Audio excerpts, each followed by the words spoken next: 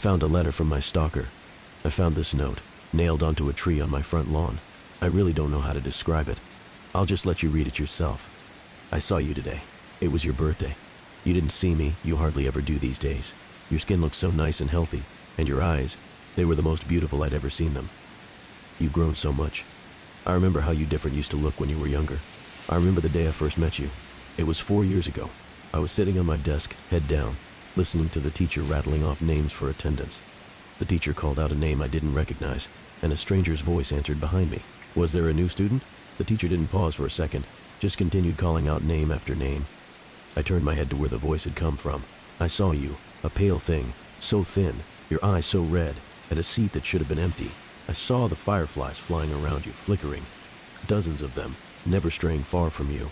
I saw them going through you and coming out through your skin, like you were a mist to them. Can you believe I thought you were a ghost? No one else seemed to acknowledge the new stranger sitting at the back of the class. Class after class, hour after hour passed as I waited for something to happen. For someone to notice you, for you to leave, for you to let out a ghoulish scream and claw at me like in the horror story I was certain I was in. But nothing happened. Teachers came and went. My classmates laughed and slept, and you just sat there. The bell rung for recess. The other kids ran to their mundanities for the day, leaving me and you together in the empty classroom. You stood up and pulled a chair from the desk next to you, making it face your desk. You turned your head to me and spoke. Well, you're slow today. Come on, ask me your questions. I don't know why I didn't run away screaming at that moment. Probably would have turned out better for me in the long run, but let's not speculate. I guess, at that point in my life, I was pretty bloody lonely.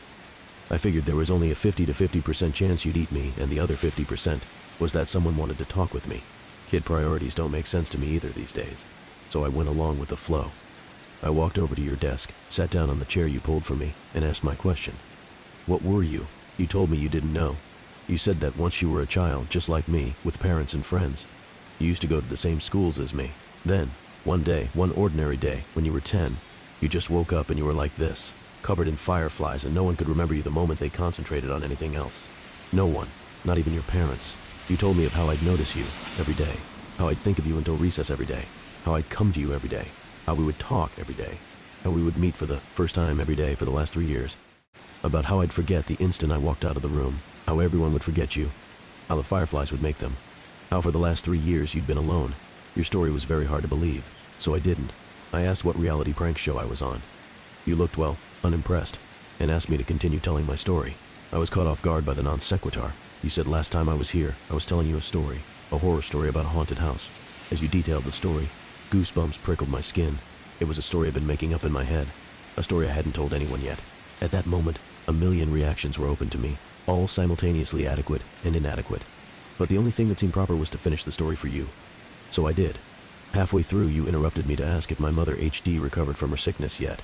I had to shake my head, a bit ashamed at the fact that I shared this private matter to a stranger.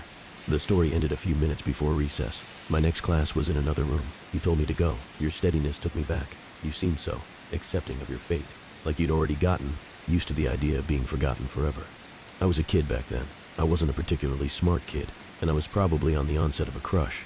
So you can excuse what I did next as an example of my childhood stupidity. I grabbed my scissors, pressed it against my arm's skin, and dug in. As it drew blood, I pushed it forwards till the cut forms the shape I wanted. Letter by letter, I carved your name onto my arm. Just so you know, I don't regret that. Don't get me wrong, kid power might have made me do it, but it sure as hell didn't make the pain go away. It was one of the most painful experiences of my life. But even then as a kid, I thought what was happening to you was unfair. I remember how your eyes looked when you saw that. The confusion. How strange it was for you that anyone would want to remember. I remember that look so clearly. When I woke up the next day and saw your name on my arm, I remembered you. I didn't forget. That day, for the first time, we had a conversation that wasn't so one-sided. You said no one had ever done anything like that before and suggested I might have a mental illness. I won't deny it, that drew a little blood. As we talked, a creeping thought came into my head. Did you prefer it when I didn't remember? That night, I was sitting up on my bed, staring at your name on my arm, wondering if I should cover it up so I couldn't see it and give you back your privacy, when I heard a crash. I looked up to see my bedroom window shattered and a dirty rock on my floor. I looked out of the cracked window to see a dark figure on my lawn. You were outside yelling about how we should hang out.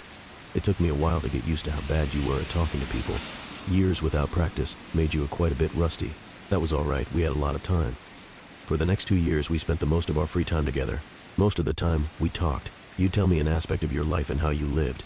You still stayed in your old house. Your parents never noticed the food gone missing, never noticed the extra room, and you'd stolen the extra keys. One night I confided in you that I was beginning to think you were a part of my imagination, Fight Club style. After all, what could you do to me that I couldn't do to myself? You spent the next month or so trying to leave bite marks on my ear or neck to prove a point. I still have some on my ears, so I guess you did. Looking back, I could see the warning signs even then. Your skin seemed to get worse and worse, paler and paler, and you'd rub your eyes raw. It was in winter we had our wake-up call. The morning began like any other. I woke up, brushed my teeth, and started searching for clothes to wear. It was a winter morning and my room was dark, so I didn't see your name on my arm. The cold sent shivers through my body and pulled out a long-sleeve jacket. A small bell rang in my head.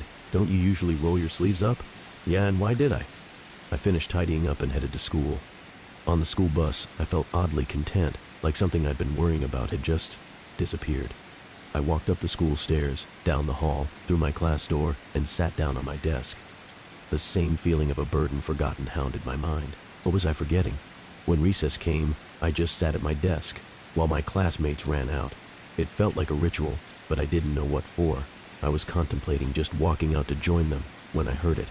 It was something small in the wind, like a whisper, but it came over and over, incessant. It sounded like my name. I knew this was strange, that this was worth my attention, but I felt oddly calm. Everything would be all right. Everything would be fine. Just ignore it. I sat there on my desk, my mind a war zone between two conflicting, contradictory voices, when I felt a force tugging on my sleeve. The moment I noticed this, my jacket sleeve tore open. I saw your name on my arm, and then your hand that had ripped my jacket open. You'd been yelling at me for over 20 minutes. I think that was the moment we realized how on edge our friendship really was. One accident away from complete erasure. We spent the most of the next year in the town library together, trying to find out what the fireflies were. It wasn't really a problem for me. Because my mother's treatment, my family couldn't afford to go on any trips, and our house didn't have heating anymore, so I was happy to spend my time with you. Trying to find information was a puzzle in and of itself. After all, how would I read about people I couldn't remember, and how would you find out who was special when no one could even remember enough about them to record them? We found out old family trees and records. Individually, we'd write down the name of everyone in the book on 2 lists, and then we would compare. The names I hadn't remembered to write down, but you had, would become the focus. They were the names who were under the curse of the fireflies. We compiled a list of suspicious books we though could help us, because they were written by or were about the people we were searching for. I'd read the books with the list of names side by side, reading it again for every page of the book. You'd share the internet on the library computers for articles about the people. Our search would lead us to the first glimpse we got of what was really happening to you. It was late at night when you found the picture. I was a bit drowsy at that time, and almost about to nod off when I heard a sharp intake of breath. I turned to see you standing up, pointing at the screen. I didn't see anything. Well, anything noteworthy. On the screen was a picture of a clearing somewhere in the woods. You held up your piece of paper where you'd marked out 2 names. Susie Appleby Reagan, 13. Terry Appleby Reagan, 12. Siblings. For a moment I saw the paper and the screen side by side, and then I saw them. 2 figures emerging from the woods towards the camera. They were almost humanoid, but all 5 limbs stretched to nightmarish proportions. Blank white skin, pure albin that looked more like tree bark than anything on a mammal. A cloud of fireflies surrounded the duo. The shorter one looked emaciated. I could see the rib cages around which their eyes, God, their eyes. So small, so red. The longer one with their white hair didn't look alive anymore. They were just skin wrapped around skeletons. Their empty eye sockets had fireflies swarming out of them, both reaching for the cameraman. I looked at the articles surrounding the picture. It was a blog post by Hiker, 20 years after the 2 kids had been written about last. The picture was a mystery to the cameraman as well. He'd been wanting to go to the woods pictured for a while now, but he never actually remembered going there. The picture had just appeared in his camera one day, out the blue. For a moment I looked at your face, your thin, pale face with those red-veined eyes. Would that be you when my scar faded? Just a walking horror I'd glimpse, then forget. We worked through our reading list at a much faster pace starting from that moment. Maybe we should have gone slower. At least every book, every website we'd left untouched promised hope. The books we finished and tossed aside promised nothing but the clearing in the woods as your future. And we tossed aside a lot of books. I believe I tore through 3/4 of my reading list before I stumbled across the journal. Oh God, that horrible, horrible journal. The journal used to belong to a mental patient named Joey, who claimed to be a serial killer. He was locked up in an asylum when the police discovered his supposed victims never existed. He was diagnosed with a need for attention and shoved away. They should have electrocuted him. They should have fried him until his flesh melted and his hair burned. In the journal he talked about how he carried out his killings. He knew things, bizarre and disturbing things no one else knew. He knew of strange creatures that lived in the woods. Of them, his favorite were the fireflies. I'm not going to tell you how he summoned these things. I trust you. I trust you more than anyone. But a thing like this belongs to the ground more than it ever will to the human mind. It's sufficient enough to know that these things were not fireflies. Joey would start his ritual by taking a kid, anyone he'd liked. He could take them at any time, the dead of night in their own homes or in broad daylight on their front yards. It didn't matter if he was seen. He'd take them to his house and drag them to a room. Usually an Amber Alert came up around now. He didn't care. Like I said, it wouldn't matter soon. He'd drag them to a special room in his house. Here the fireflies would come and latch onto them. Now, nobody was searching for the kids. Not the police, not the parents, nobody. From then on, he could do whatever he wanted to the kid. He'd get bored of them after a day or two, after the child had broken. And then the kid would go too.